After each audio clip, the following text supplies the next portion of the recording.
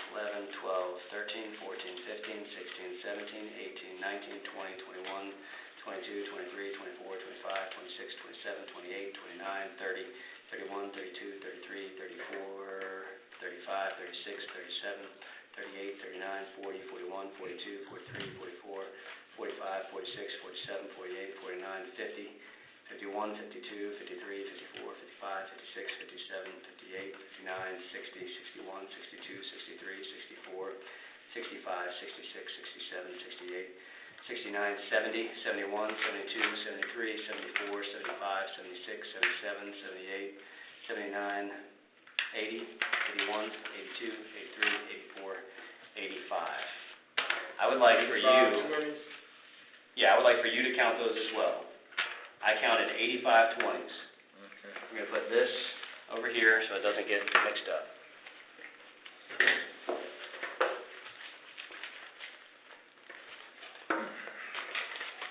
Is there a whole lot more of this counting that we're gonna watch?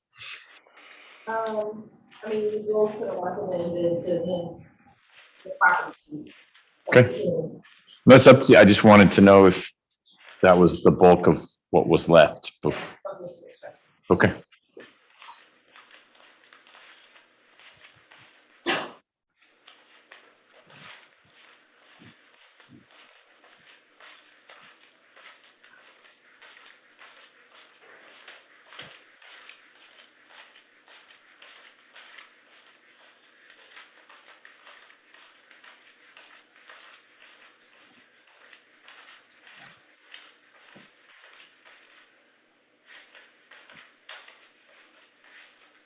What you have? 85. 85. You count 85. Yeah. Okay.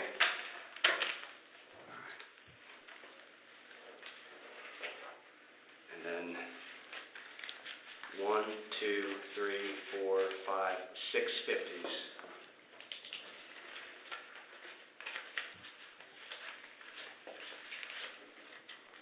You got the same? Yeah. Okay. Oh, there's more 50s here. It's just in a different stack. 1, 2, 3, 4, 5, 6, 7 more 50s. That'll be 12. That'd be 13 total. So we're just gonna do it separate since we're counting this separate. So just count that and I'll add 2 different rows of 50s. 7. Yep. So 6 and 7 equals 13. So there's actually 13 50s. That'll be the other 50s. Then we got 110.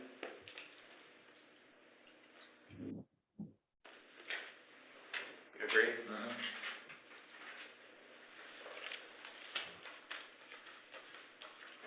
5 5s.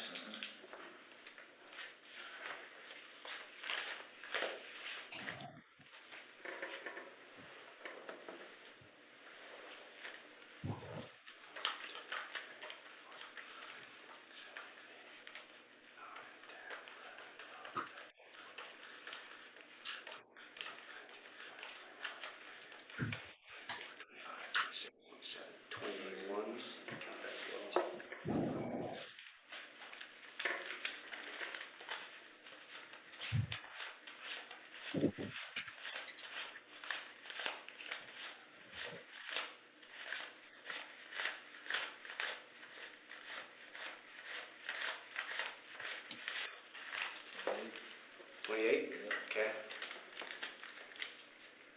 Now I gotta go to the bathroom. Okay. Let's get through the cash first. That's why I didn't want to drink that water, because this run right through me. 2 100s, right? Yep. I'm doing a separate thing. 100 times 2. 150. And then 2 20s. Okay, and then 2 coin. 4, 6, 8. Who the hell is that? That just came out of your pocket. Dog here? Yeah. 2, 4, 6, 8, 10, 11 quarters. You agree? Okay.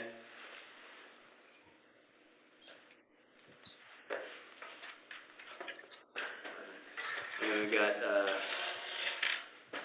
5 pennies and 1 dime. I can keep these with me?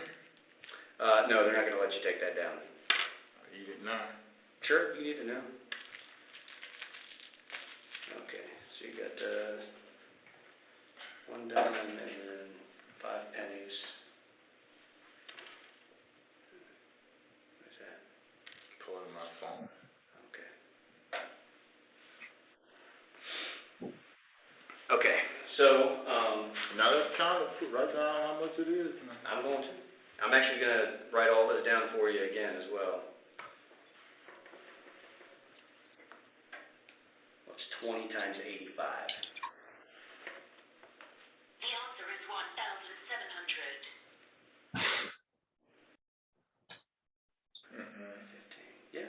And then 50 times 13 should be 515. What's 50 times 13? The answer is 650. 650, sorry. Yeah, that's right. It's $50 bills, not the fives. And then 10 times 1 is 10. 5 times 5 is 25. 28. 1,700 plus 650 plus 10 plus 25 plus 28. The answer is 2,413. That's the total amount that was in the rubber band. And then your wallet, 200, 50, 40, and then 25 cents times 11. What's 0.25 times 11? 2.75. $2.75 plus 10 cents plus 5 cents.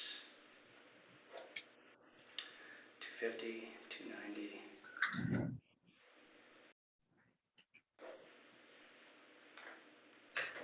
What's 290 plus 2.75 plus 0.1 plus 0.05? The answer is 292.9. 292.90 here. 250, 290, wait, is that right? 40, 290, that's $290. 292, 75, 85, 86, 87, 88, 89, 90. 292.90. That's correct. And what I'm going to do, I'm going to write all this down, but I don't want to leave the room without you having the same thing that I have. Okay. So we've got 20, actually let's start. Take a picture. Yeah, but I'd rather you have the paper copy. And I'm going to do another receipt as well, so you'll have the official receipt, but you'd be taking my word if I walked out. I don't want you to take my word for it. So And it's about to die. that's okay. So you got 50 times 13, 20 times 85, 10 times 1, 5 times 5, and 1 times 28. Is that his phone or your phone doing the Batman? Mr. Rook's phone. Okay. 10, 25,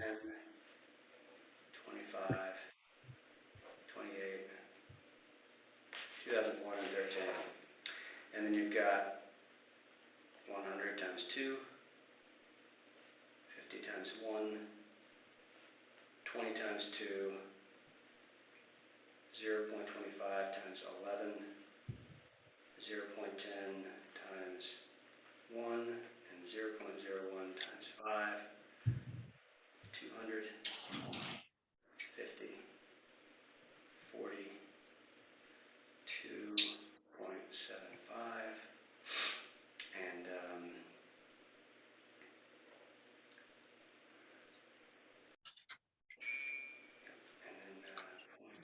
0.10, 0.05, and then equals 292.90.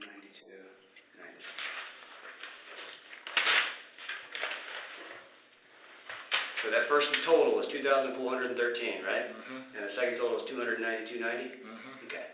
Let me see your pen. Make that a complete circle. That line.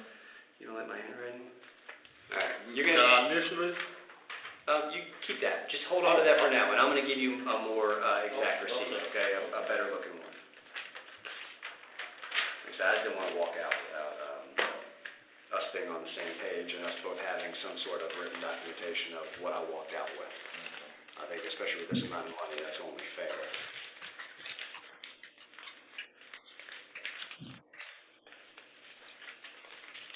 Did you want that also? That job phone, Mm-hmm. I wanna turn it off. What do you think? I'll take care of all that. At this point, it's being held as evidence, so don't worry about the phone. So it's neglect that they got, trying to get me on. Yeah, and I don't want to say they.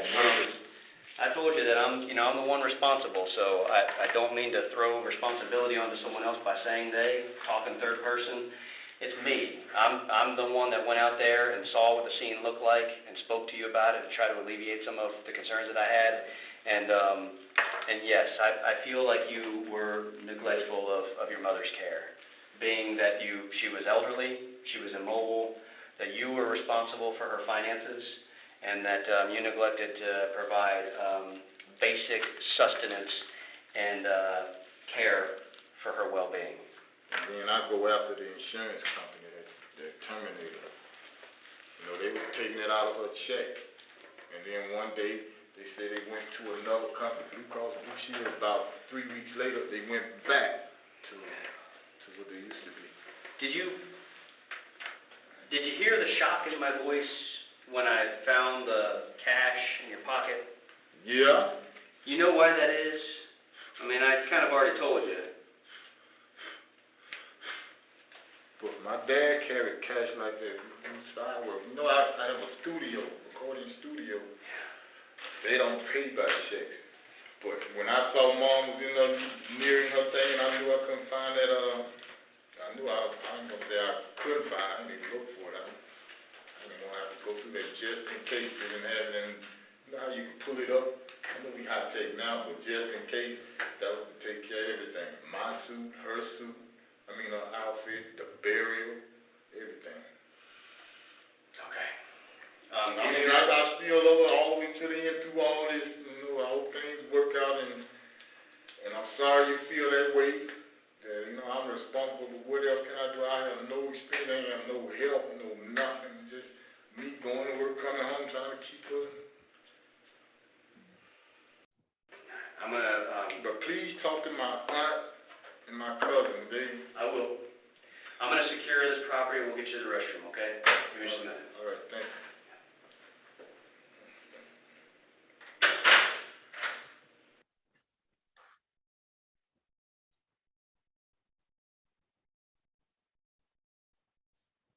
So we're clear, you're advancing the video right now? Yes, Your Honor, for the record, we stopped at 2:29 on this exhibit, and we're gonna fast forward now to 2:53 PM on the video. Okay.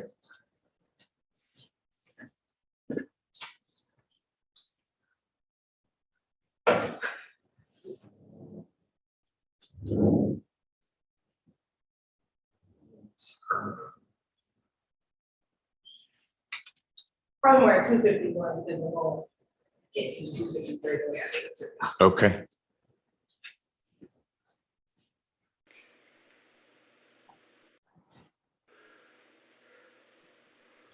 What is the dot on the table? Is that the dime? What did you leave behind? I don't recall, Your Honor. Okay.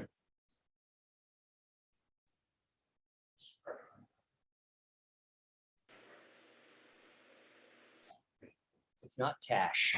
I've removed all of the cash from the or currency.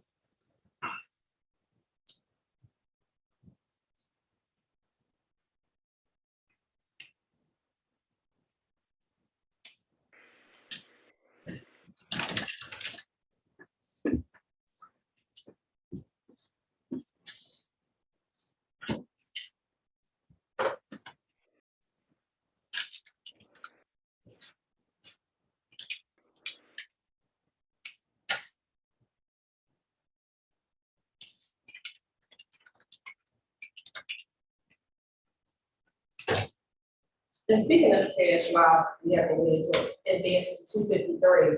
When you first saw the money, how was it packaged? The large sum. The large sum of money was in a large fold of the bills and wrapped with a rubber band. And what, do you recall the color of the rubber band was? Recall the what? What color the rubber band was? I don't recall the color of the rubber band. That was $2,413 in the fold and $292.90 in his wallet and pocket. That was the total amount. $2,705.90. Thank you.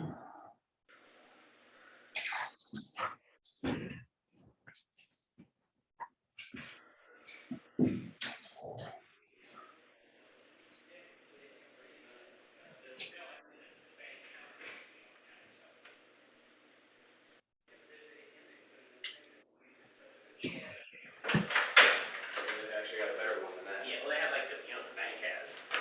Yeah, yeah. You have that piece of paper? Mm-hmm. You can pull it out and compare the numbers. You wanna go take you to the restaurant real quick? Yeah, as soon as you sign this, then we'll take you to the restroom. This is the one that you do get to initial.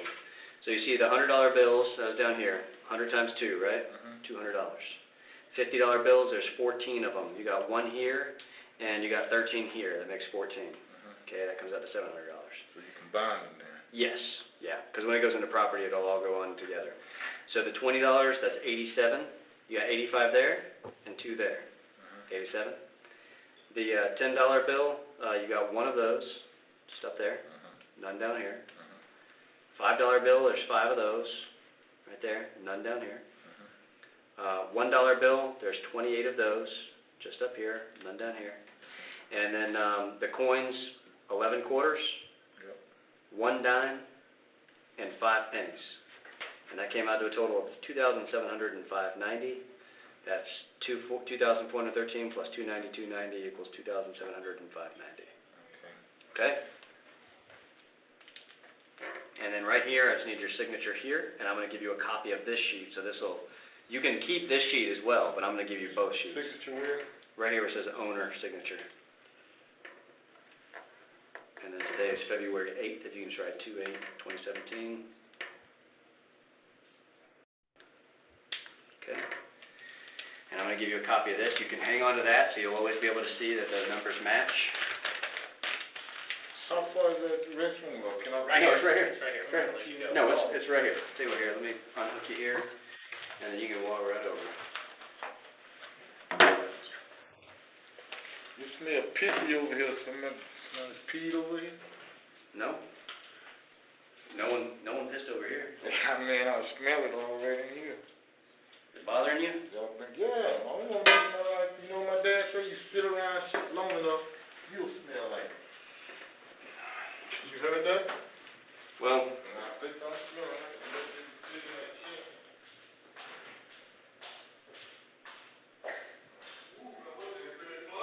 it will, yeah.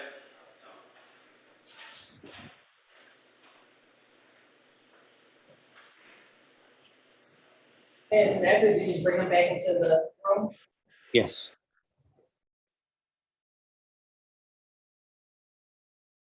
And now I'm going to fast forward to 4:45.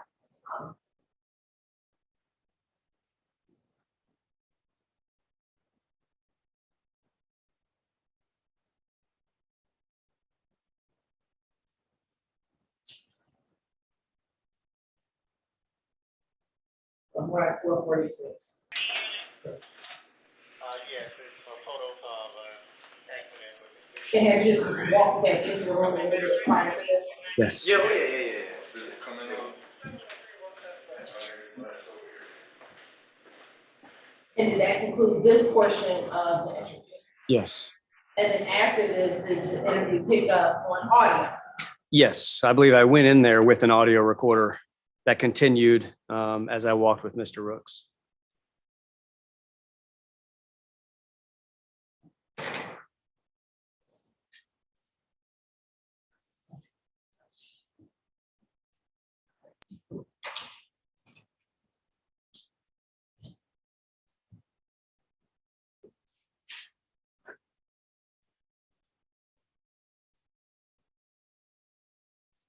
Are you shifting away from the interview now to a different topic, or we're playing this last little bit? This is now the walking back to the audio only. Yes. And this is how long? Okay.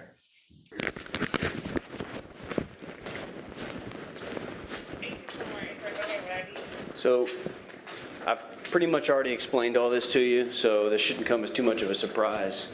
When I was, no, I've had to meet with the judge, so I'm not going to speak to them, till I get paperwork complete. I could stop and do one other thing and then stop that and do something else. You'd be sitting here until 2 o'clock in the morning. That doesn't make any sense because it's not going to change your circumstance. The way Georgia law is written, and I think it's probably catching up in most states, when you hold the primary responsibility of What'd you say? the law, this is the law you're being charged with. When you hold the primary responsibility of caring for someone, But I'm not the caregiver. That's just my mom. That's why I was there. I'm trying to answer your question, but I don't want you to reply to it. And it's important because you've already asked for an attorney. Right. And we can't continue to have a conversation, but I don't mind answering this question for you, what your charges are. And I hear what you're saying. Hey, Joe. I hear what you're saying, but when you have access to mama's, financial resources and you're paying the bills and you're the only one that she has to rely on for any sort of care. Right. Guys, the law, you're responsible. And she did not get a reasonably minimal amount of care or assistance. And I believe that contributed to her death. So, hold on one second. The coroner did tell you exactly what was going on, because I think she just shut down. Everything shut down due to the dementia. Yeah. I think had she gone to the hospital, she'd be alive today. And maybe she would have died, a month from now or 6 months from now. Well, if you had saw her state, you'll see what I was talking about. There's no way she's in her last days. That's not lost on me. She's in her last days. You got your glasses here, right? That's the paperwork Right, with yeah. your receipt. All that cash is going to go down to the property control unit. I'm going to take this belt clip off. I thought I did. No, there's a little piece of it that's still there. It's probably you got to take the belt loose. Oh, to get it off? Silver? Yeah. Yeah. But yeah, that's the best I could tell you is I truly believe that had you called an ambulance for her on Saturday. If I had called Saturday when I pulled out the chicken sofa, Yep. she'd be alive today. I believe she would be alive today. All right. Yeah, I got all of his cash and his smartwatch and everything. It's all going to go down to property. So. What you want to do with the cuffs? Oh, we can swap. Yeah, that's cool. Yeah, thank you. All right, so your search is good. Yep. Just got glasses.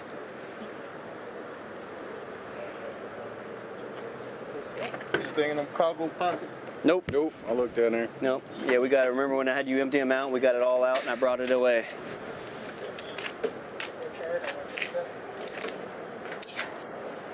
So your dog was picked up by animal control. I'll tell your relatives that. So if they, want to go down and go with animal control, then they can do that.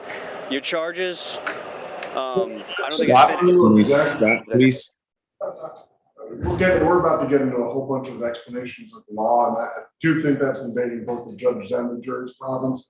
I don't think it's necessary. I don't even know why we're still playing this, honestly. It's irrelevant, and it's invading the province of the judge and the jury.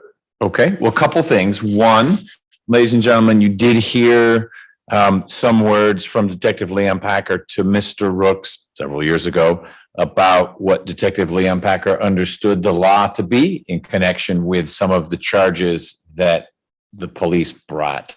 Not that the grand jury brought, but the police. The only source of law you're going to get will be from me at the end of the trial. You'll get that document. It's a written document called the jury charge. But that's what you must follow and not what you may have heard Detective Leon Packer explain in response to a question that he may have received from Mr. Rooks. But I agree with Mr. Korn. Let's not cover any more that is a lay exchange about what the charges mean, things like that. Yes, sir, I was only claiming because I didn't have an objection beforehand, but I can stop it now. Okay, well, now there's an objection and I'm sustaining it. I didn't do anything wrong. You were playing it, but now there's an objection that I've sustained. Not a problem. Is that the end of the recording? Yes. Okay. We did it at 4 minutes and 40 seconds. Is there anyone here who cannot stay until 5:30? Excellent. Let's take a break. I want you to go to the jury room, be in the hallway for a little bit. We're done with the recordings, but you haven't had a break where you got to move around other than right there in the jury box for a little bit. So let's do that. When you come back in, we will have Detective Leonpacker answer more questions from the state. Thank you so much.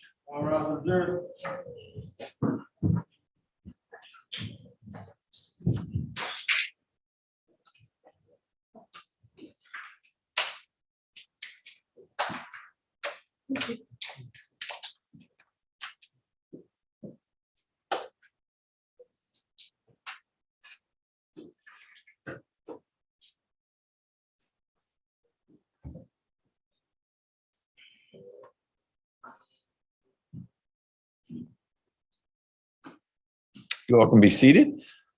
Ms. Hilton, how much more time do you envision taking with the detective? Probably about 45 minutes. Okay, So my question is, because we do have Dr. Henry on standby. he should go. Okay. Because they'll be cross, and unless you're not crossing, cross will be a while. My guess is we'll see the good detective tomorrow morning as well. We'll see when you stop. If you stop early enough, and no pressure at all, but if you stop early enough, we may start the cross-examination, but it may be that we just end for today when you're done with your direct exam. But this jury can stay a little bit later because we started at noon today. I'd like to use their time.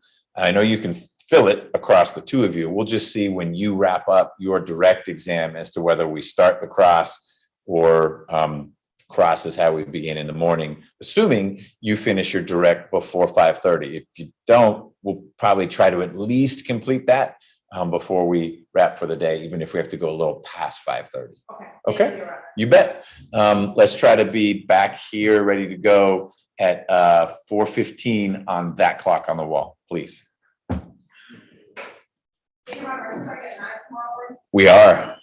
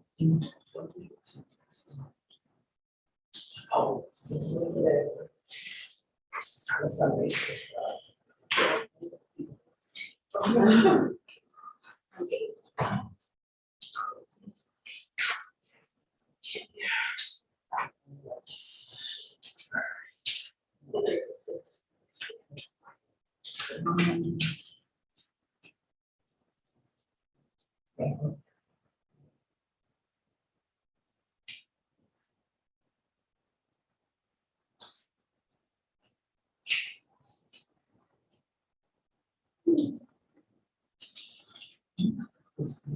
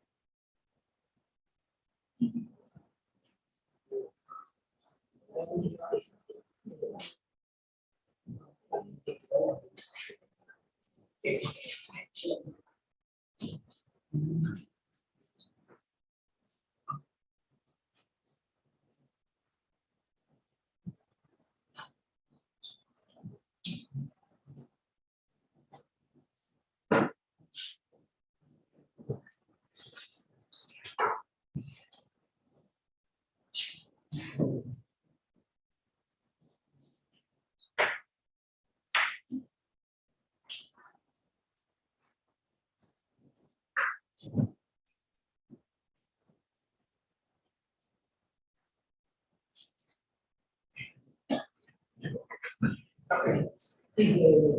Okay, all right.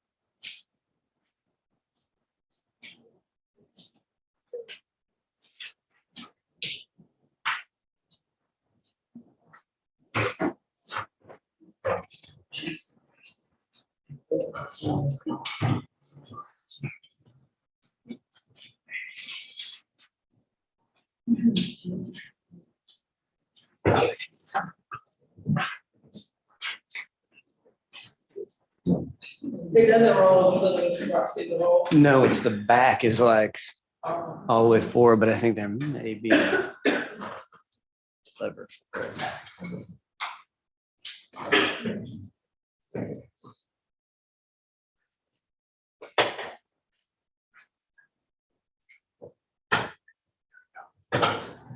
Oh, that's better.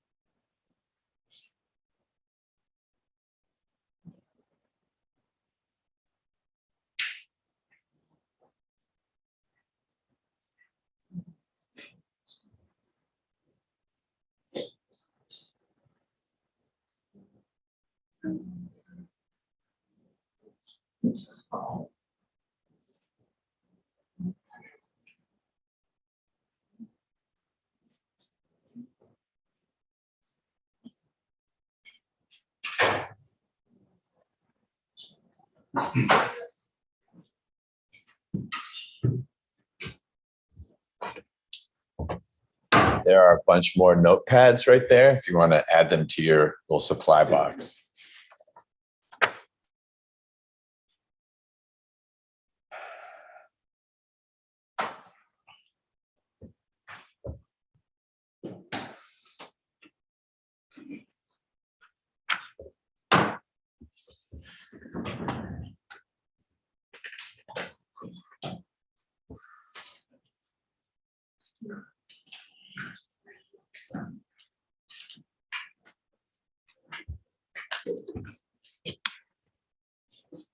Ms. Rivers, you ready? Ms. Hilton, are you ready for the jury? Yes, sir. Mr. Korn, Yes, Your Honor. let's do it.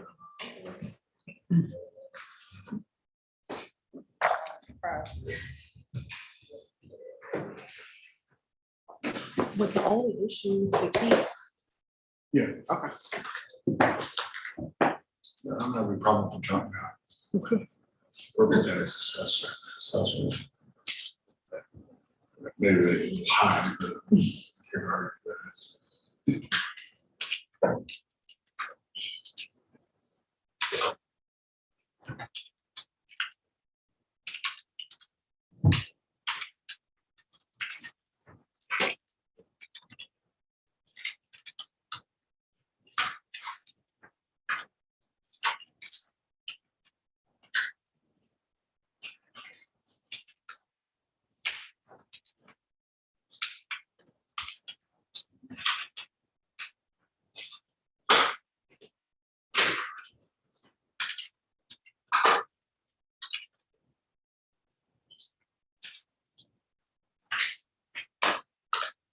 So we haven't found this.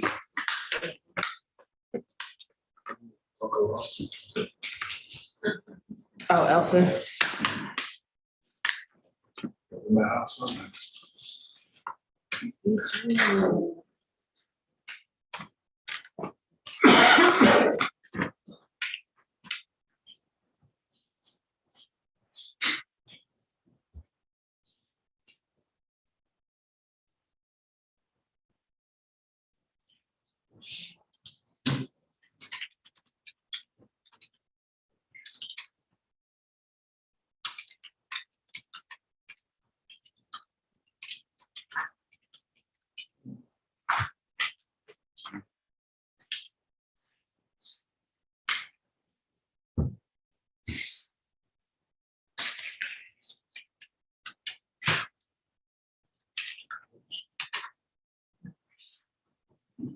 This one free through 104. Oh, excuse me.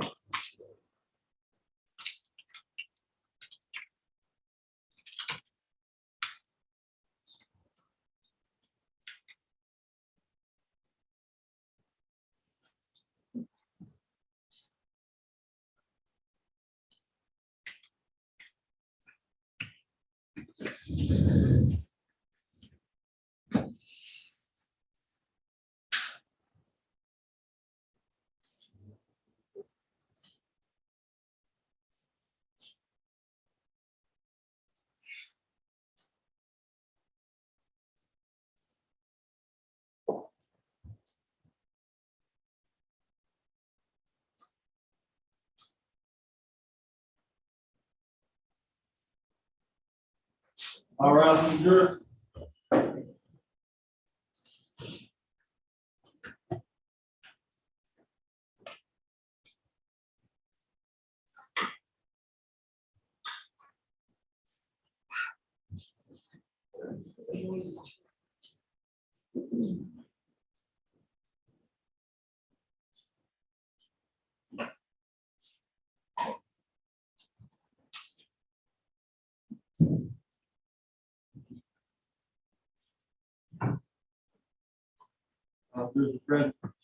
Thank you, Deputy Gordon. Everyone else can be seated. We press on with Detective Liam Packer's direct examination. Ms. Hilton? Thank you, Your Honor. Towards the end of the video, you gave Mr. Rooks a receipt. Yes, I'm gonna show you the market Stacy did at 152. Do you recognize Stacy did at 152? I do. And how do you recognize it? This is the property receipt for his cash that I created and gave him a copy of. And is that a fair accurate depiction of the property sheet that you gave him, which was also fixed? It is. Yeah, this time to say like it's Stacy did at 152. No objection. 152 is admitted.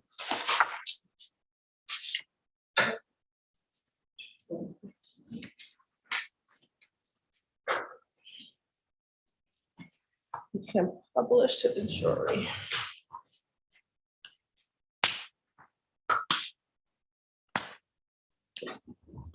While we're waiting for that, in addition to the money, did you collect anything else from Mr. Rooks while inside of that room? I did. And let me ask you that, was that a holding cell or was that an interview room? It's an interview room. Okay, what else did you collect from Mr.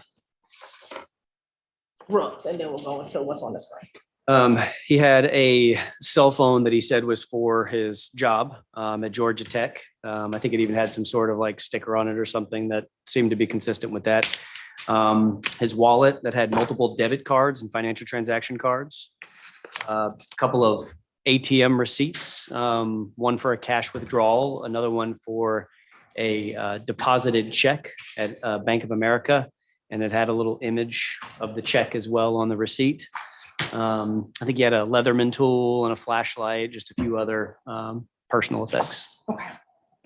So now looking at what's on your screen, which is Stacy 152. And again, we saw in the video that you kind of counted how many different types of bills they weren't totaling up. Is that what you were filling out? Yes. Over that long duration of time. I just gave the quantity of each denomination and the type of denomination and gave totals at the end. And again, how much money was in that billfold or in the rubber band? And then how much was in the wallet? It was $2,413 in the fold. And then it was $292.90 in his wallet and pocket with the change. Okay, thank you. I'm going to approach with what his remarks Stacy did at 83 through 104. And then Stacy did at 162. If you can take a moment and look at Stacy did at 83 through 104, and then Stacy did at 162, and tell me if you recognize those pictures and the context within it.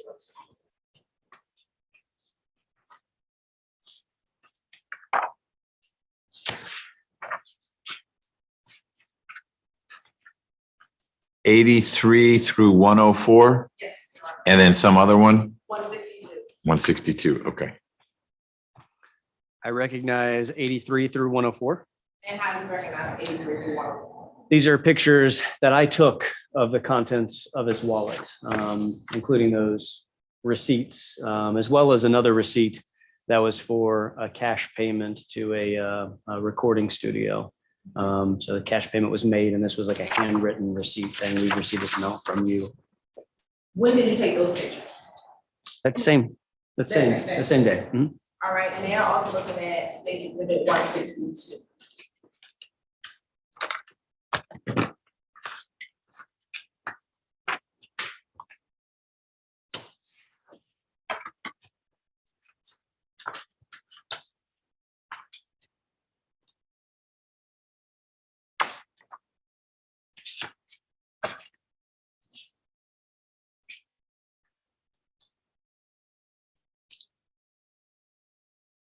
I recognize this as well. How do you recognize those items?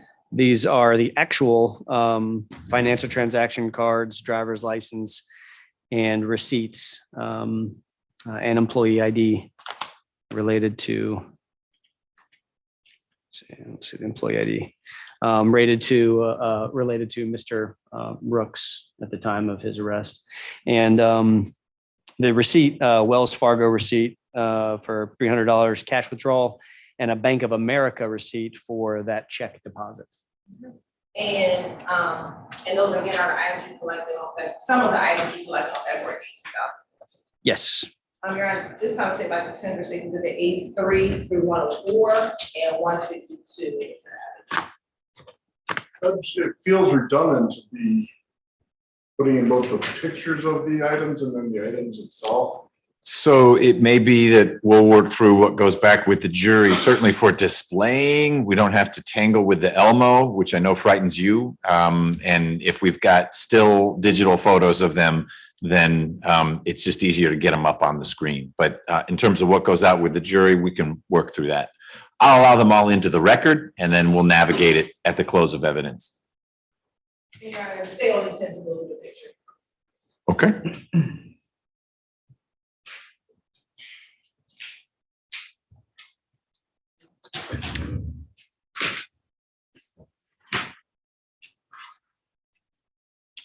First, looking at State's Exhibits 85.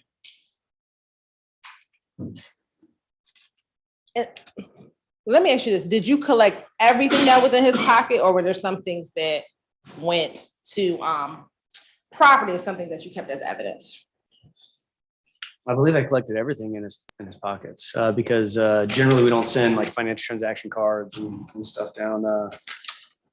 It's possible I put an empty wallet without credit cards inside. I don't recall. Okay. State's Exhibit 85, was this something that was inside of his pocket? All right. And do you know what that is? It's a health care card, like a health insurance card. Okay. And did you keep this, or did this go back into his wallet? I don't believe it was in that bag. Is that correct? Yes, correct. Yeah, then I must have given it back to him. Okay. And State's Exhibit 86.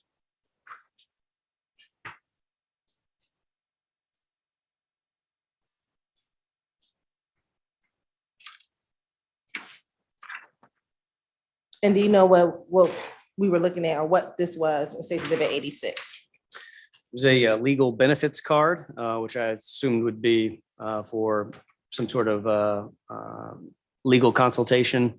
And it was from, it says Georgia Tech on it. So I figured that was something to do with his employment as well. Okay. And looking at State's Exhibit number 87.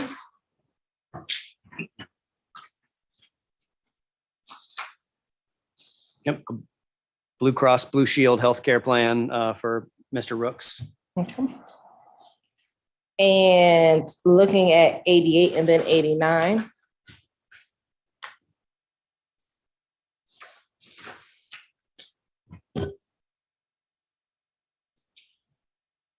A Blue Cross Blue Shield healthcare plan for Noah Rooks. Now, did you ever come to learn who Noah Rooks was? I believe that was one of his children. Okay. Mr. Rooks' children. And then 89.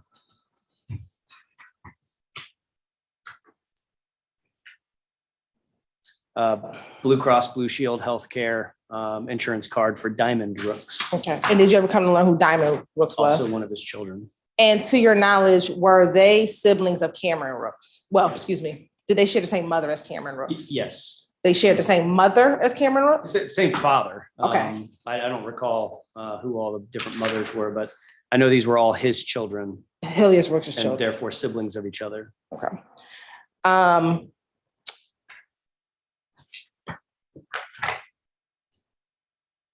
State's Exhibit number 90.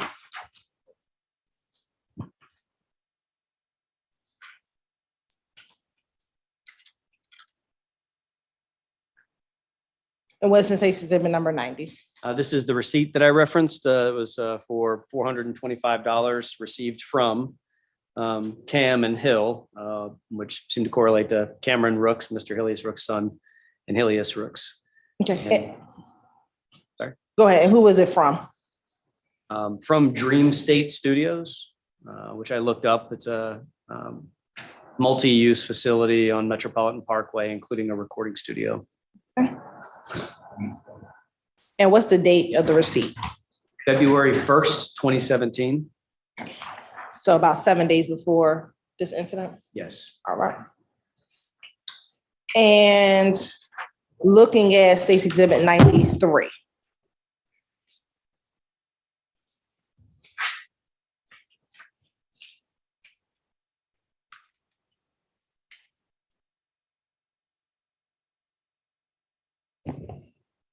What were we looking at State's Exhibit 93?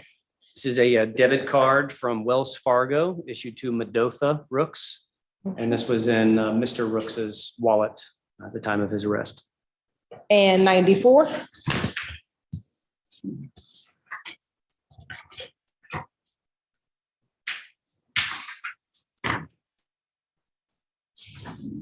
This is a photograph of the back of the same card. Okay. And 95?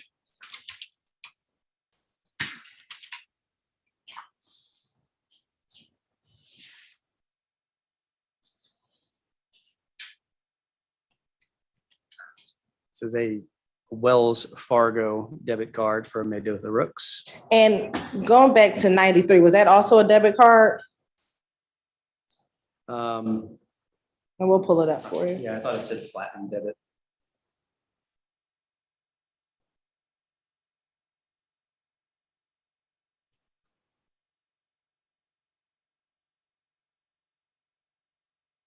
Yes. Okay. And does that appear to be the same, the last same 4 digits on both of those cards? I can see the other one. Yeah. Yes. Okay. Now looking at State's Exhibit 96.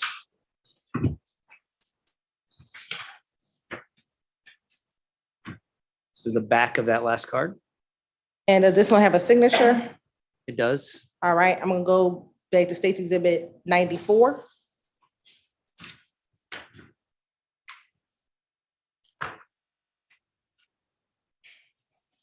Does that one have a signature? If it ever did, it's been scratched off or worn off.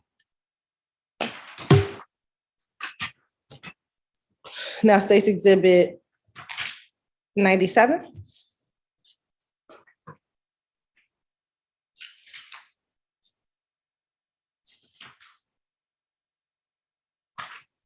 This is a Bank of America debit card from the Medical Society of the State of New York, issued to Hilius Rooks with a photograph at the top left. And looking at State's Exhibit 98.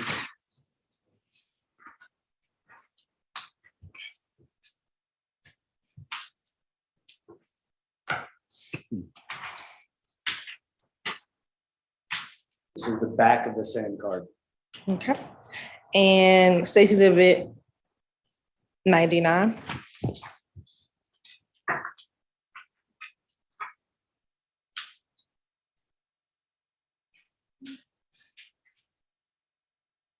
This is a debit card from US Bank that's listed as a healthcare payment solutions at the top right. And it's issued to Hilius Rooks. Okay, so kind of maybe like a flex spending account. That's what it seems to be. Okay. And now we go to State's Exhibit 101.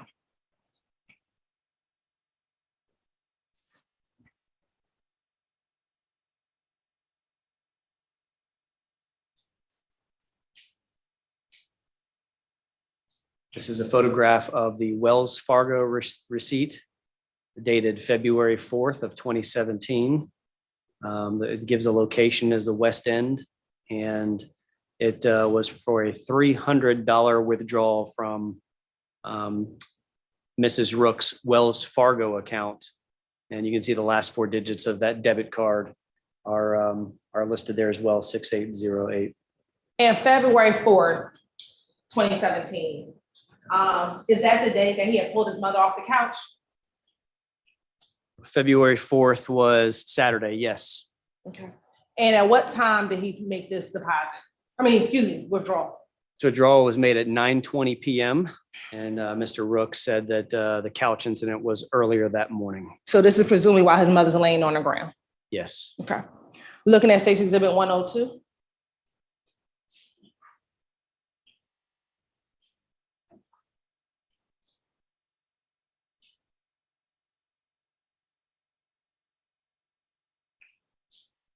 What is contained in State's Exhibit 102? This is a receipt from Bank of America for Mr. Hilius Rooks' Bank of America account, showing a deposit of a check into his account in the amount of $648.95, and a kind of a photocopy small image of the check is printed on the front of this receipt, and it shows that it's from Mass Mutual, and it was issued to Medotha Rooks. And that deposit was made on February 6th of 2017. Okay, so again, his mother was on the ground on February 4th, that Saturday. Yes. Is this now that Monday that he's now deposited the pension check into his own account? Yes. Again, presumably while she was still laying on the ground. Yes.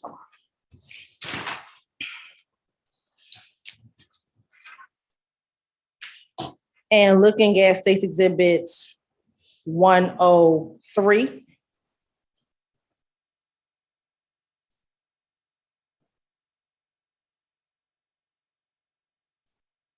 Is that just an insurance card? It is. All right, for the PT Cruiser? Yes. And there's two names on it. Who are the two names of the insured? Hilius Rooks and Jahanara Ahmed. Okay. And then last, State's Exhibit 104.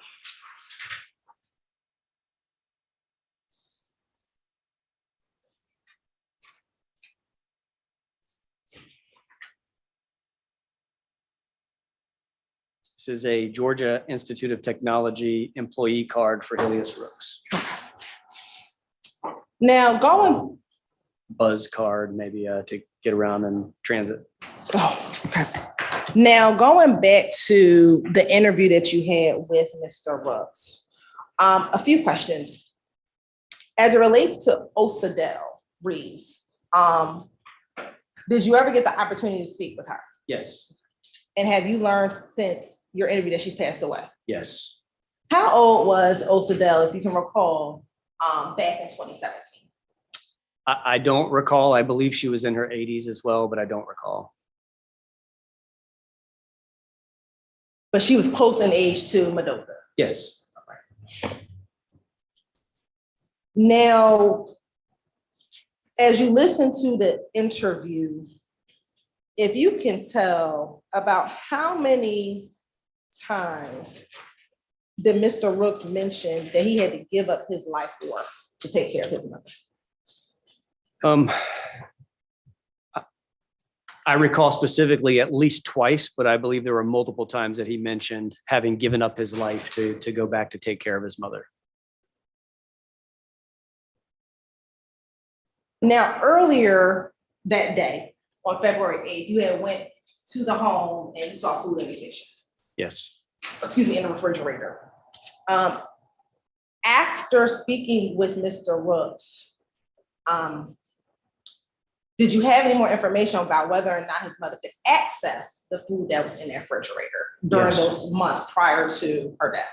Yes. And what did you learn from the interview? Mr. Rooks said that his mom, about 2 months before her death, he had come home and found Mrs. Rooks on the floor.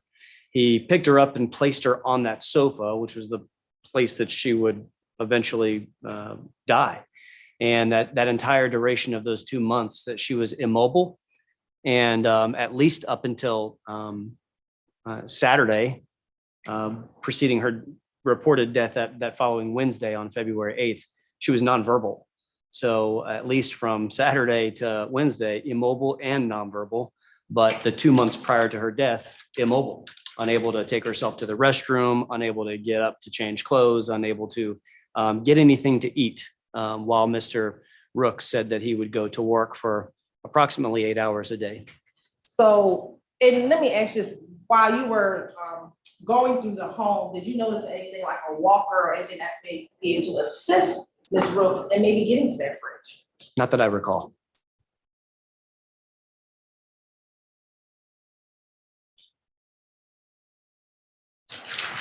Now, where his cousin stayed, which I think he said was near the Bruce Lane, how far, if you're driving, is that from 1251 North Avenue, give or take? I would estimate within 10 minutes.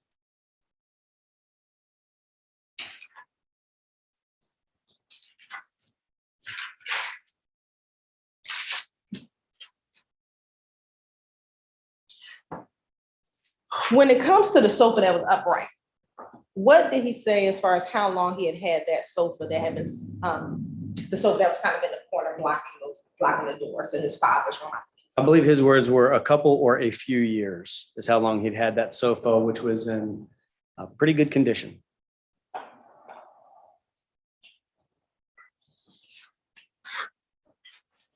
Okay. So after interviewing him, did you subsequently take out your arrest warrants? Yes. Did you continue in your investigation? Yes. Why did you continue your investigation?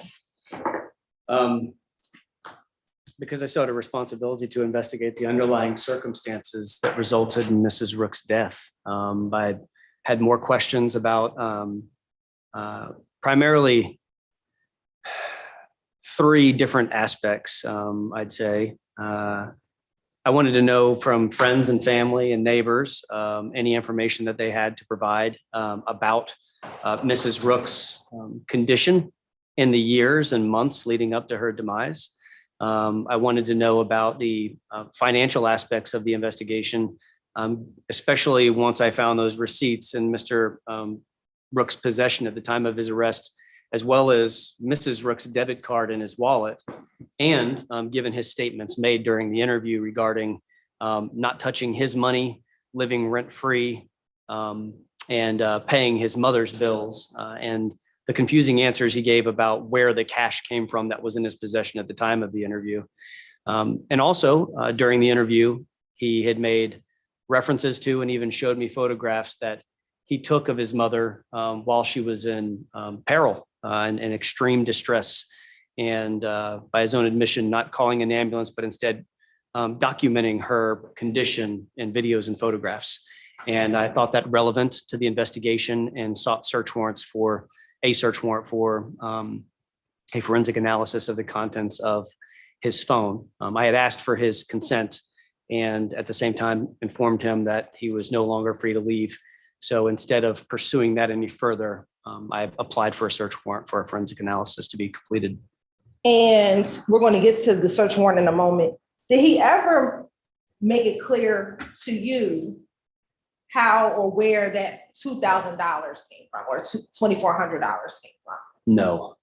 No, I wasn't even clear which account it came out of, other than for him to say it was my money, but I don't touch my paycheck. I don't touch my money, that it didn't essentially come out of his account.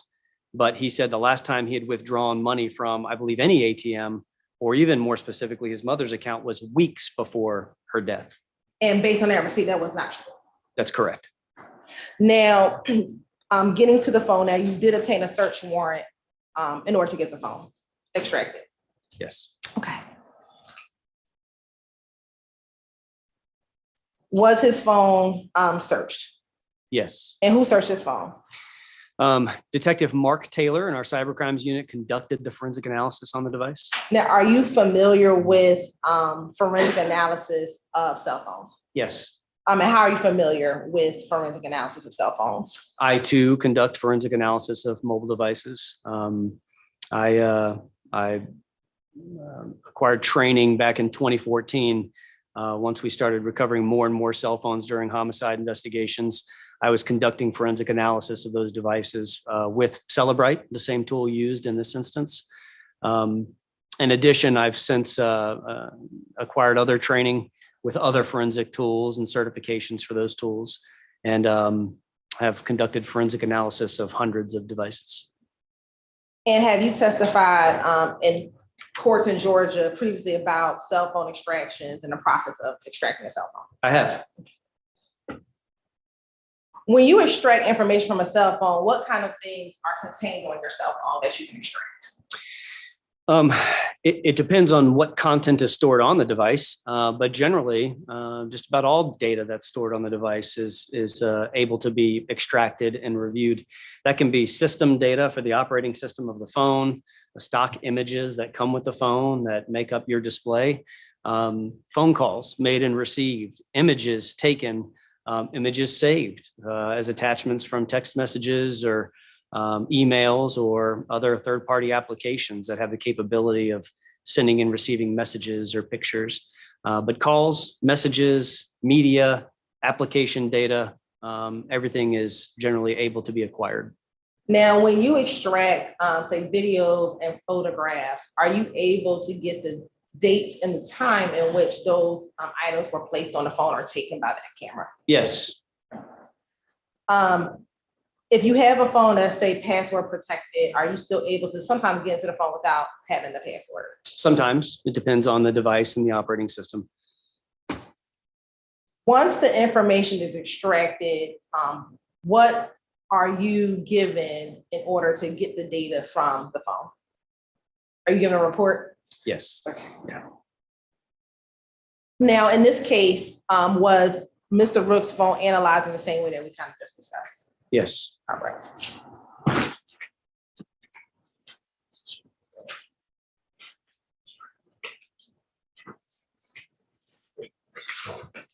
I'm showing you what's the Market States Exhibit 161.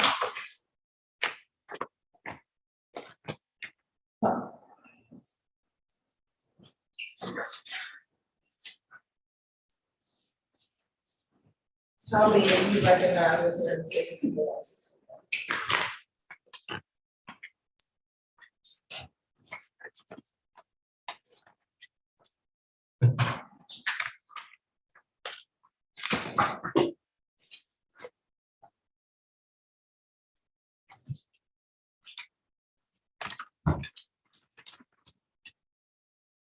I do.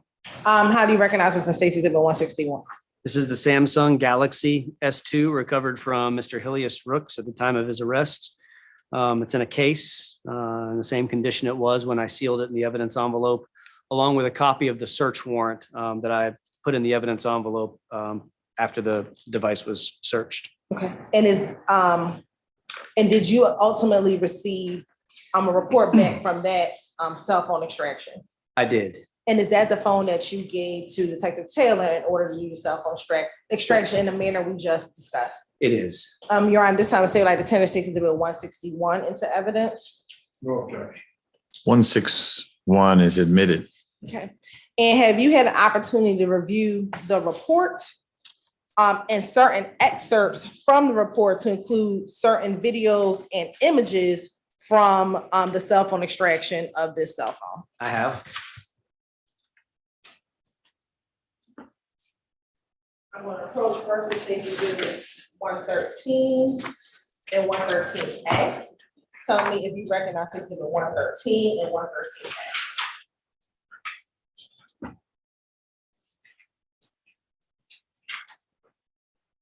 I do.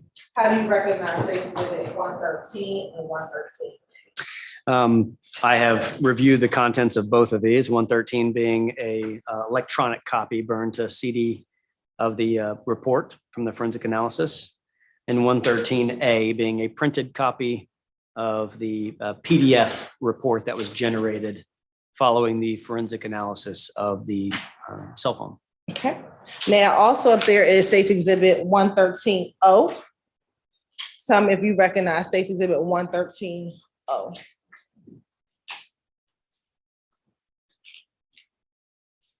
Was that up? Is that an O? The video, no, right there. Oh, top of 161. I do. How do you recognize States Exhibit 113O? I've reviewed the contents of this CD-ROM, which contains videos that were recovered during the forensic analysis of Mr. Rooks' device. Okay. I initialed the disk the date that I reviewed the contents. And 113O, was that a fair and accurate depiction of videos that were found on the phone based on that extraction of the cell phone? Yes. All right, and now I'm gonna show you State Exhibit 113C, 113D, 113E, 113G, 113H, 113I, 113J, 113K, 113L, 113M, and N. Tell me if you recognize those exhibits. So I lost track. Did you skip anything from B through N? Did you, or it's all the letters? I know A you've already talked about, but I skipped B. no B. Okay.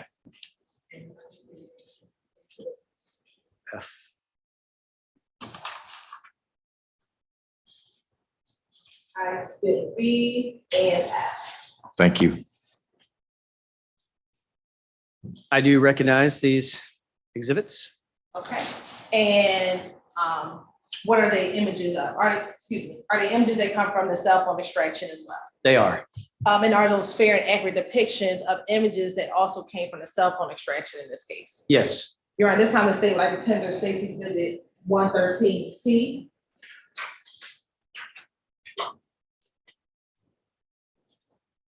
(113D), 113E, 113G, 113H, 113I, 113J, 113K, 113L, 113M, and 113N, and 113O into evidence. And 113 and 113A? Yes, Your Honor. Okay.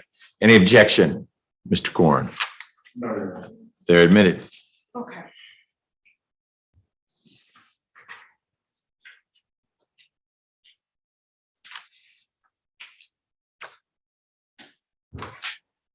Now, looking at those images, did they provide for you any evidentiary value, those items? Yes. Okay. So let's first start with the pictures. First, looking at State's Exhibit 113C.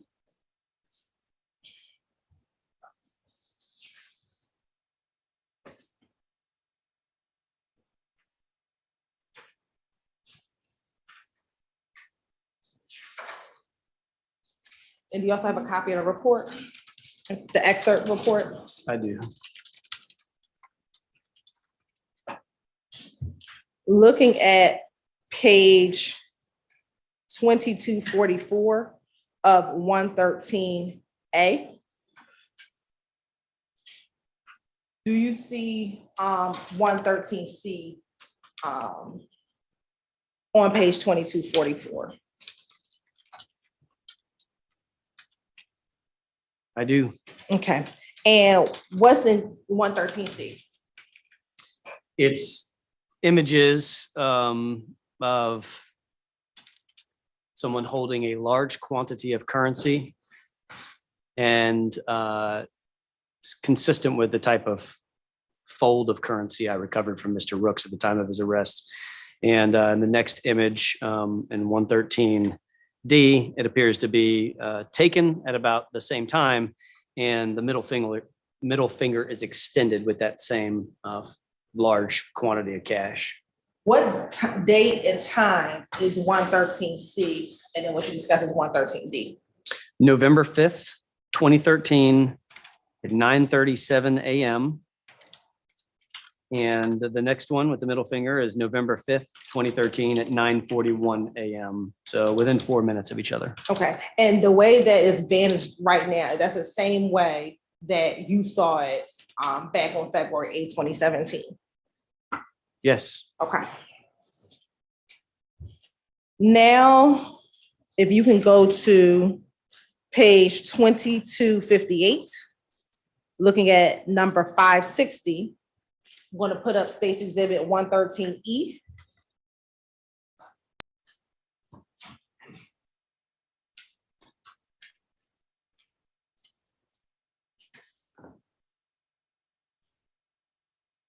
what is the date and time, with the date of State's Exhibit 113E? August 28th, 2014 at 3:46 PM. Okay. And does that appear to be Miss Rooks there? Yes, And looking at 2014, does there appear to be a walker inside of the exhibit? yes, Okay. And that's back in 2014, yes, and a different sofa and a different sofa, covered in plastic. old school. Now looking at page 2275.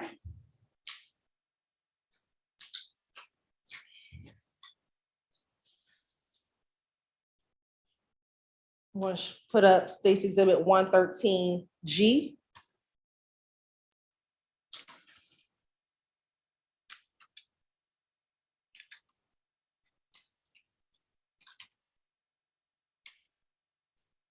What is the date and time of this picture of Mrs. Brooks? This is October 5th, 2016 at 5:11 PM. And do you see a difference in her appearance from the last picture to this picture? Yes, Okay. difference in appearance of her, the sofa, and the condition of the carpet. Okay, and what's those differences? It's conditions substantially degraded this time frame in 2016. And she's not wearing any pants. Her top appears to be soiled. Instead of a walker, she's now holding on to the what appears to be the bottom of legs of a table or a chair. The sofa behind her appears soiled, and the carpet also appears to have some discoloration effects. Now I'm going to put up State's Exhibit 113H, which might be a little blurry.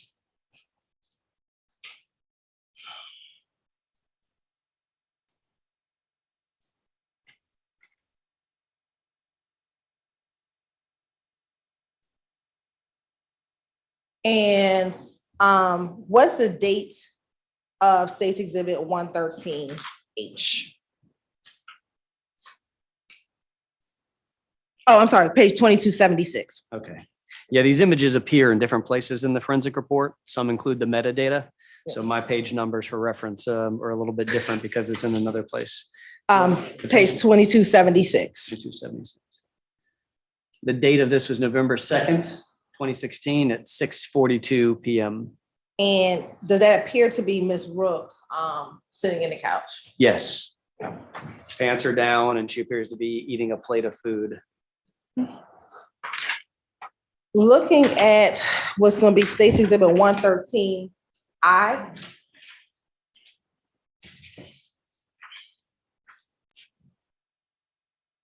And that's going to be on page 2277.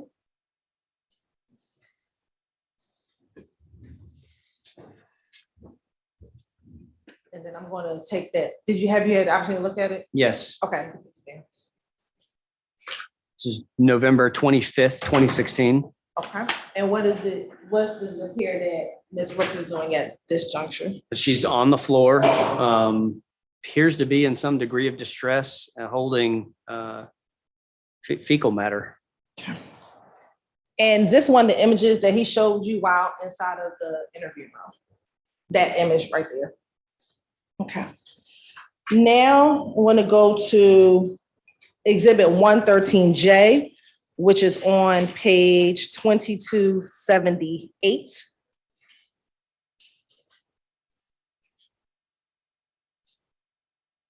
What is the date of State's Exhibit 113J? January 1st, 2017. And what time is it? This was at 3:58 PM. So is this about 2 months after the picture and the image we just saw? Yes, And where does it appear that it looks like he is? at the studio. Smiling. Yes. State's Exhibit 113K, which is on Page 2279.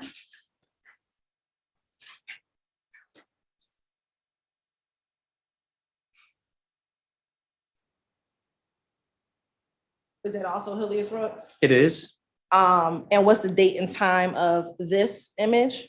January 14th of 2017 at 2:48 PM And again, where is he? at the studio. In January, give or take, is that about 2 months prior to when you meet with him on February 8th? And that's a month prior, so December about Yeah, 2 months prior. less than a month. Less than a month prior. Now looking at State Exhibit 113L, which is on 2280.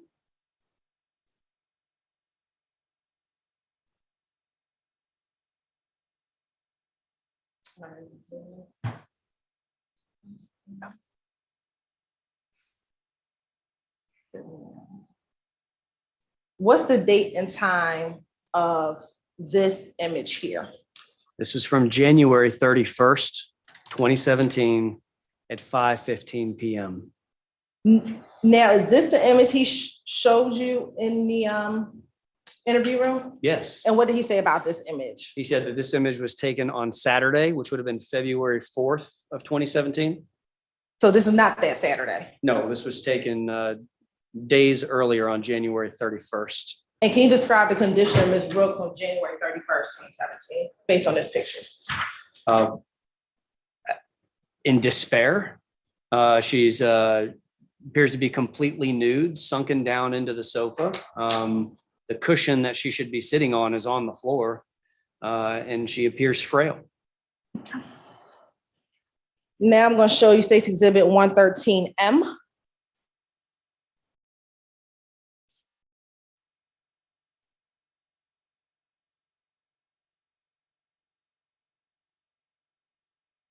What's the day of this picture and the time? It's from February 5th, 2017 at 2:26 PM. Now he pieced up A-Town down with his hand signs. Is this the day that his mother was on the ground? Yes. Yes. She'd been on the ground for over a day, about a day and a half at this point, with that orange that she received from Mr. Rooks the day before still lying next to her. And looking at State's Exhibit 113N.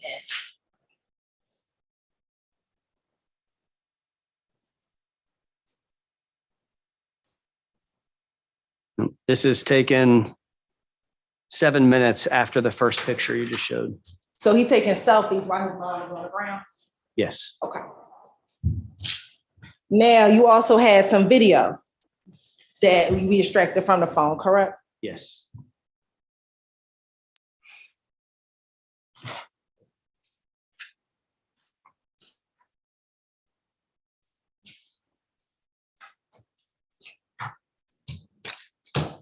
Now, looking at the first video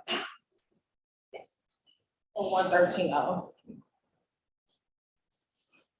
Before we play it, what is, and we're going to look at page 2513. I think it's going to be 92. What is the day? And let's pull up this video.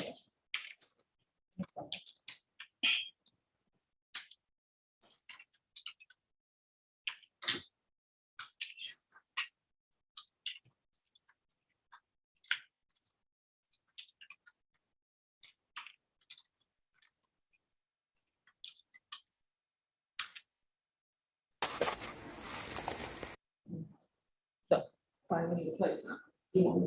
I want you to pull up the photo.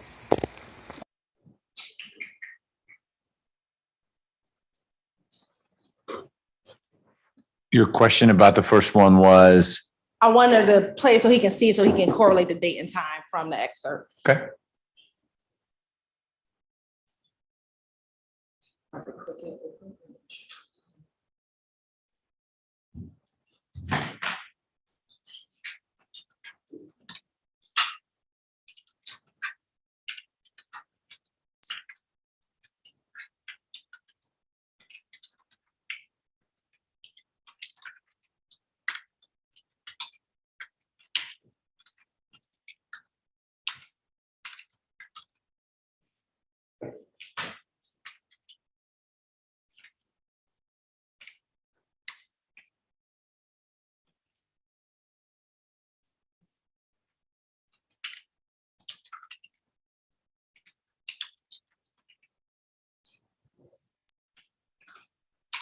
Looking at the image, oh, I guess it tells us, what day is that on the video?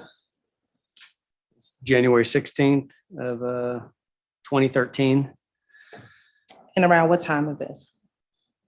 So it says 5:26 p.m. is a date created. You can see from the timestamp of the video.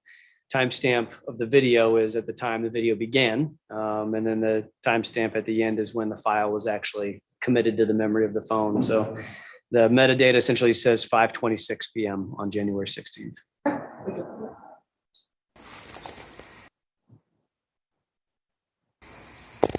Now, who I got to write that check to? Gas South. Now, I hadn't been paying no gas South. That's your gas bill. Dad have been paying all that. That's right. You're right. He's been paying it. So now I got to put the name of it. Bell South. Gas South. But they said they changed that name. Because it used to.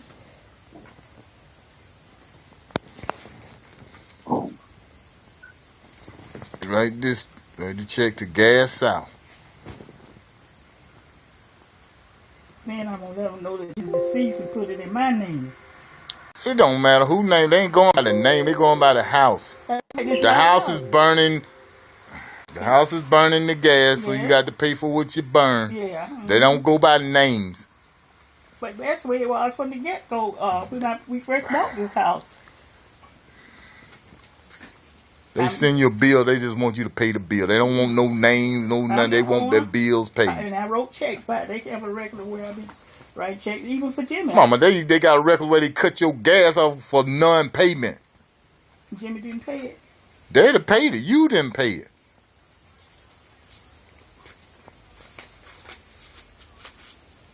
Now I got to write this check for they changed it to Gas South. It used to be. Things gonna change. Things gonna change. People gonna change the names. Everything gonna change. It used to be Atlanta Gas Company. Let me get over here and write this. Telling you and telling you. I'm gonna find out why they I can tell them. I can do that and put it. You know how to call them? I can put. It should have a number on it. You know how to call them? Yeah, I can let them know that Jimmy's deceased. I'm living, and this is my house, and I got to pay it. Well, you can't pay it now. How come I can't? Because you ain't paying it. You're supposed to be writing a check for it. What are you know. waiting on? Yeah, I know I'm supposed to check, but I don't be using that much gas, though, because I don't do all that old cooking that I used to do. Get up here to this table. I don't like. So you can't handle business. That's what you don't like. I did it for all these years, and I knew. Daddy was doing it, Mama. He was going up. Daddy was doing it. He was going You when your illness came, Daddy started doing everything.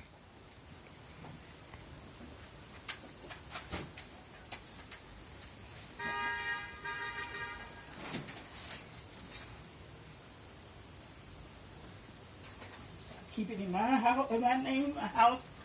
It still got to be paid. I know. And I said, Because you the only one here, so you the only one using this stuff. right, and So you got to pay it. I don't be using a whole lot of it. Because I didn't. What this say? Adult the Rooks. I thought you went over there to pay the gas bill. Sit down and write it. Yeah, I was trying Well, what you reading now? Concentrate on that one thing at a time. Wells Fargo Bank. I've been paying my household bills with a. What are you talking about? I don't deal with Wells Fargo. That's your bank. It's not. Huh? Mama, that's your bank. Your bank changed its name to Wells Fargo. Same bank, different name. You see my all these checks, I got books of checks. What I pay with, that's what I'm going to pay with. I've been paying with like that. I'm changing no. You can't tell them not to change their name. They change their own name. They've been accepting my, what you call it, checks too. They've been accepting my checks because I've been with them a long, long time. I ain't fool with them.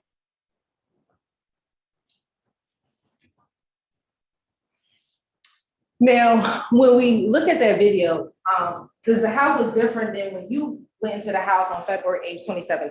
From the cleanliness of the house? Substantially. Okay, what did appear to be different from when you saw it in February and then this video in 2013? It appeared to be clean. The floors were clean. There wasn't as much clutter all over the place. It looked like she could walk around freely. And she herself looked clean, clothed, fed. Okay. Now, we're going to look at the second video.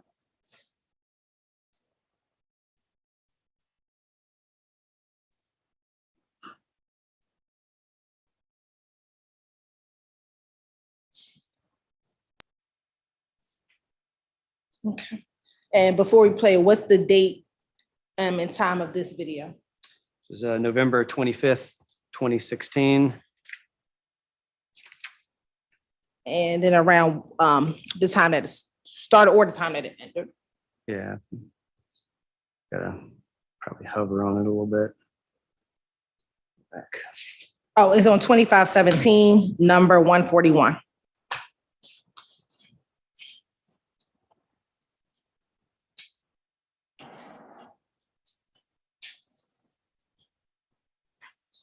Yeah, November 25th, 2016 at 12:43 p.m. There's a way of healing, and that is through the nutrition that they need for the little body. I hope you will join with us, and let's get the food to these precious children. Lord, I want to just tell you, I believe the people watching are joining with me. I don't have the ability. I don't have the way to communicate what people really need to hear. They need to hear your heart, and they need to express it. Suffer the little children to come unto you. Oh boy, there wouldn't be a hungry child ever come to you. Oh yes, miraculously you could multiply bread or a fish or a meager parcel of food, and you would. And we can too. Maybe not as miraculous and supernatural as you, but by letting the little children come into your arms, by putting arms around them and stopping that pain and death, please, dear God, do what we can do. In Jesus' name. Can I just talk to you? And how long was that video total? 1 minute, 15 seconds. So he recorded his mother for 1 minute and 15 seconds. That's supposed to helping her from what it appears in this video. Yes, with some sort of religious program on in the background. That's all you hear. Recorded for over 1 minute. Now looking at the last two videos on that same page, 144 and 145.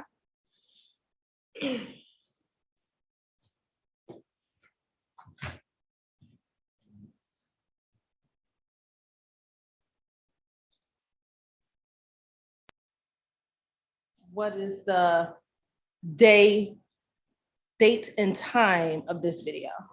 This is February 5th, 2017, ending roughly at 2:45 p.m. and the next one at 2:49 p.m. Okay.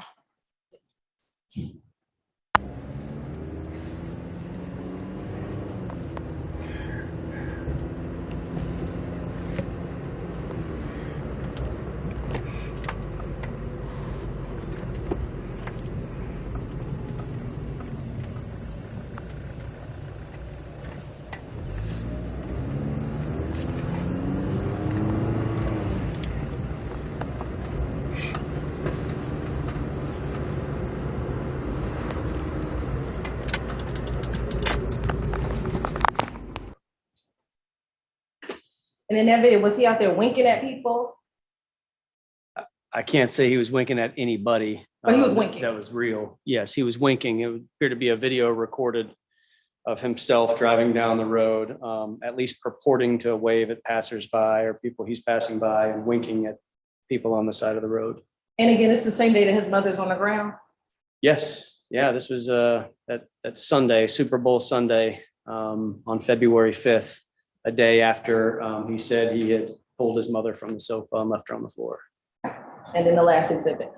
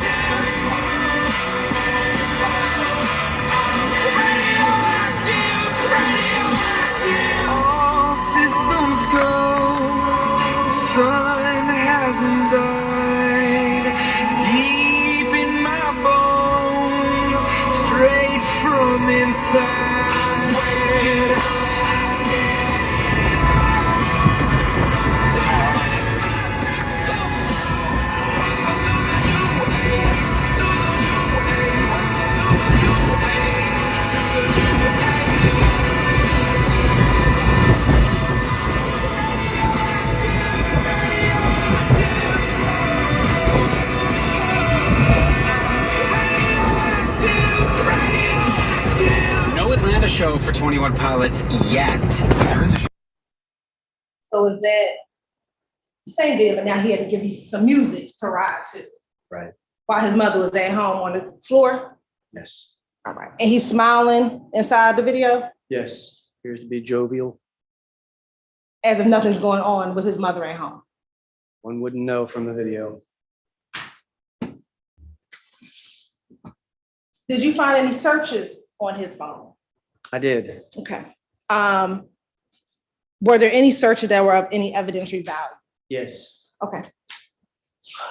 Turning to page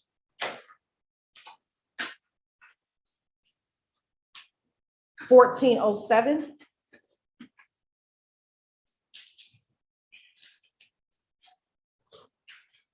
Do you see the web history? I on some do. of the searches? Yes. What were the, if you can tell the jury the dates and the Google searches that you found of evidentiary value when you went through his cell phone extraction? On February 4th at 4:10 p.m., there was a URL. So it was a website that was visited. And the title of the page was, "When someone dies at home, who should you call first?" This was 4 days before the police responded to the scene of Mrs. Rooks' death. Also on February 4th, 4:08 p.m., there's a death at home procedure search.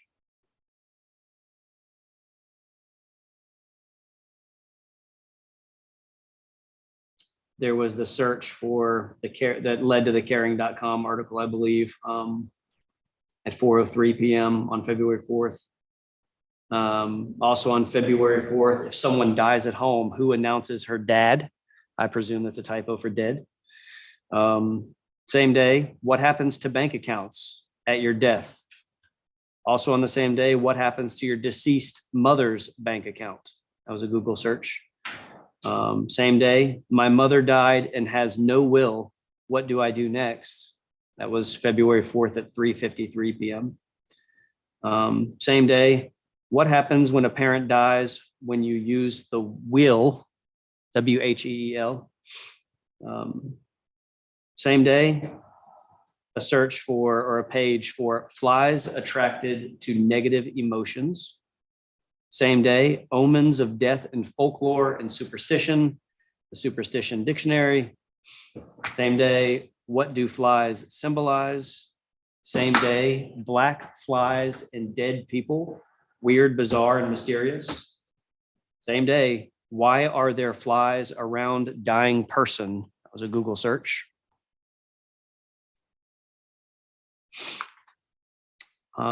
Same day, days earlier, this was February 1st, 7 days before Mrs. Rooks reported death.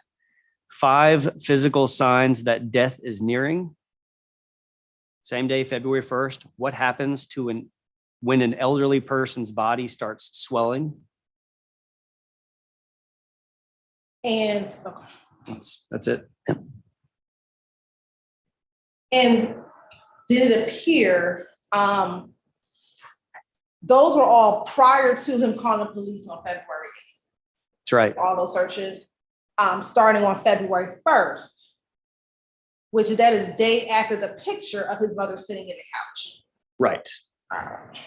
Now, as you were going through your searches, did you by any chance see any Google searches that said how to reinstate medical insurance? No. Did you see any Google searches through looking through his phone on how to get home health care? No. Did you see any researches on services provided by AARP? No. Did you see any researches from Georgia Tech legal benefits to say, hey, my mom doesn't have any insurance, can a lawyer help? No. Did you see any searches on Fulton County and elderly adults? No.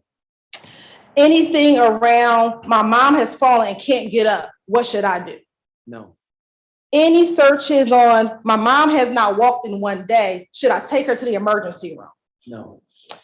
Any Google search on my mom has stopped talking, what should I do? No. Did you see any searches that one would show he tried to give his mom some care, medical care, None. emergency care, No. nursing care? None. But yet he's Googling what to do with her money after she dies. Yes. And combining the searches with his earlier statement, when she lay on the floor after he pulled her from the sofa, according to him on February 4th, he said he'd already done the research and had basically resolved to believing that she's already dying. I did the research. Swelling and flies are indicative of death. Now you said that he pulled up an article. I'm going to show you what's been marked as State Exhibit 148. Judge, I'm going to object to that one. That is not relevant. He didn't search, I mean, he conducted the search for what somebody else wrote. That's not relevant. Or it's potential hearsay. And certainly that. Okay. So detective, please don't describe what you've got. I've got an idea of what it, not the contents, but what it is just from your evidence list. How does this come in? You can tackle either hearsay or relevance. It's relevant because it goes back to the now I want to talk. Hmm? Some of the things that are contained in that article. Is there evidence that the article was accessed? In other words, there's a search for that, because that I think you could get in. The content of the article, though, may be further than you can go. Yes, it appears from the search, and Detective Lee Parker could be more specific, that it was accessed from looking at the web search. So my thought, Mr. Korn, unless this is something that's already been covered, it would be an appropriate question is, did you find on the phone evidence that someone using the phone had accessed an article entitled, whatever the article is entitled? But that's where we'd stop. We wouldn't get into the content of the article. That's fine. Okay. So based upon the web search, was that the article looking at page 1407, number 3? The caring.com article in which. Don't get to the in which, whatever the article's called, but not what, presumably there's a name of the article. How to bake a chicken or Right. lose 10 pounds in 10 days. Okay. That's the name of the article. Do you see an article in the web search matching the article that I just presented to you? Yes. Okay. And when was that article researched? I can tell you that the forensic analysis produced a list of web search history and sites visited. So this particular log is of a site visited on February 4th, 2017 at 4:10 p.m. The URL is www.caring.com/questions/. caring.com/who call first. And that correlates to a title of an article at that page that is from caring.com that's titled, "Who should you call first when someone suddenly takes ill or dies at home?" Okay. And not going into the content, did you find anything of any evidential value as it relates to that article and other evidence in this case? Yes.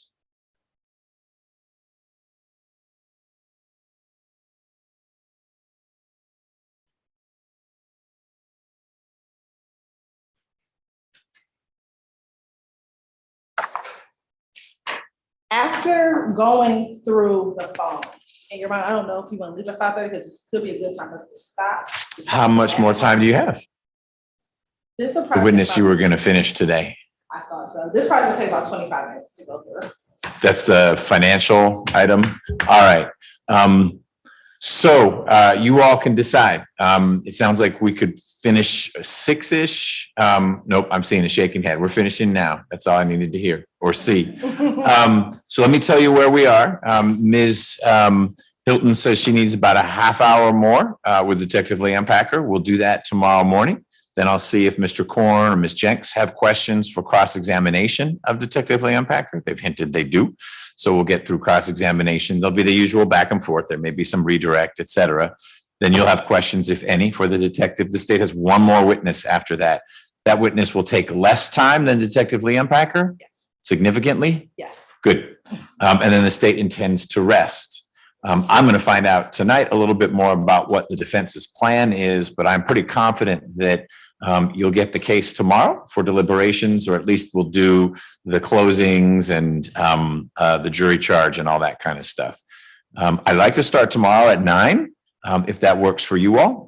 So we have a regular day, 9 to 5, lunch break, all that kind of thing. It's going to feel strange, a normal day. Is there anyone who cannot be here by 9 o'clock tomorrow? I'm not seeing anyone say they can't. Great. Let's all try to be here by 9. No outside research. You haven't had a chance to ask questions. If you have any of Detective Leanne Packer, that's not an excuse to go Google something. You'll get your opportunity when he's done answering the lawyer's questions. Please don't talk with other folks about the case. And we'll see you here by 9. Shuttle will work real smoothly in the morning. It runs at the 15-minute cadence or whatever it is. Any logistical questions? No? Yes. Yes, ma'am. Oh, yes. You'd be good till 7. So you're going to be fine. All right. Thanks so much.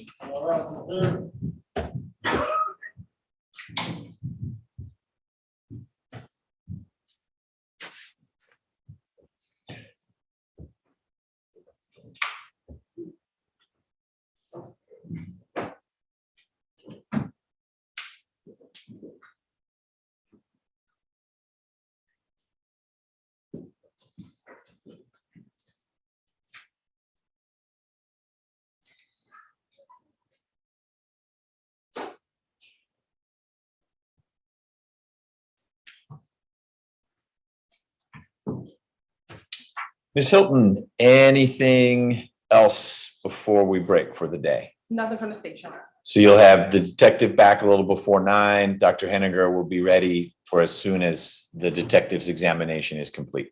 Yes, we're getting him at 8:45, so he'll be in the hall. Whoa, he'll have a long morning. Okay. You all can, we're going to talk for a minute. You're welcome to stay standing. Mr. Rooks, you and your lawyer should continue the conversation. I know you've already begun about whether you're going to testify or not.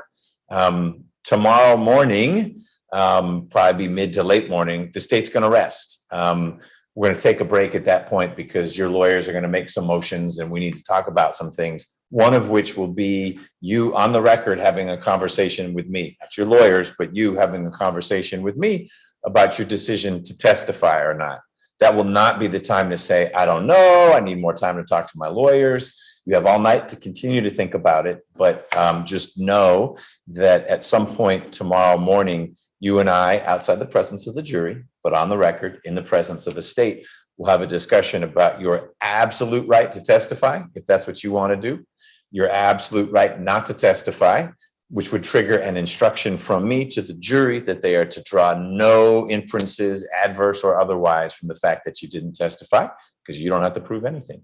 And I know your lawyers and you have already been talking about it, but we need to bring that to a head tomorrow morning, okay? All right, Mr. Korn, anything else from the defense? You had mentioned the possibility of one witness not on the state's list. I've now seen that name on some exhibit. Any guidance that you can provide about whether you plan on calling anyone other than your client? I think we likely will, yeah. Okay, and that witness, well, would it be? More than 15 minutes. Okay, and that's the only witness, because you also could call anyone on the state's witness list, but you're envisioning calling that individual and potentially your client. That's correct. Okay, excellent. All right, if that's it, we are done for the day, and we'll see you all. No, we're not done for the day. Sorry, there is one thing. When we started, Your Honor, I failed to put the final offer on the record, and I can do that in the morning, or I can do that now. It appears that the offer was rejected because we are now 5 days into trial, but I did want to put that offer on the record. That my offer to Mr. Korn prior to trial was to initially null prior because of his age, dismiss the murder and the felony murder, and to plead to the last 3 counts of the indictment, which would neglect the unreasonable confinement and the financial exploitation for a sentence of 20 years to serve. Okay. That was the state's offer. And those are parolable offenses. Those are parolable. Each one is up to 20 years? Each one is up to 20 years and states for 11 concurrent. Okay. Count 5 is actually 10.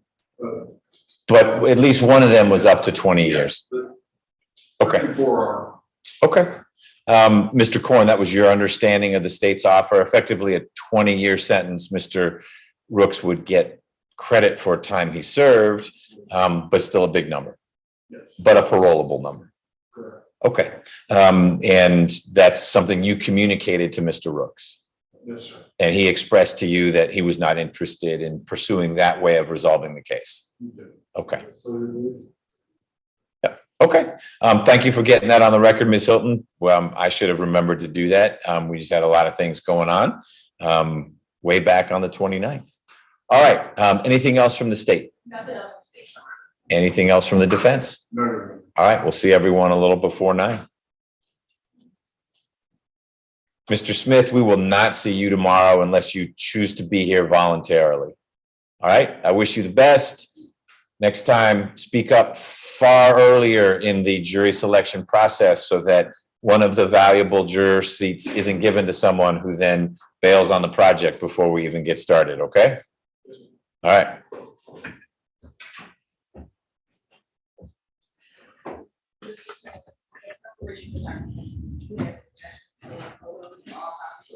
I wish I did. I tried to not make it They're not clear. familiar with it, they're actually, they're narrowed down pretty well. So I can't even get there to that.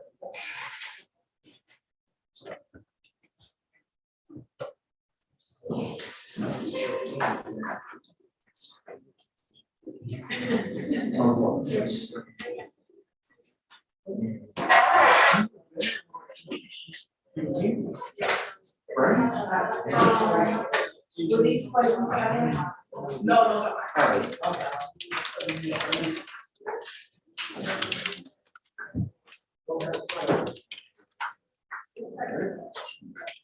That's a different song.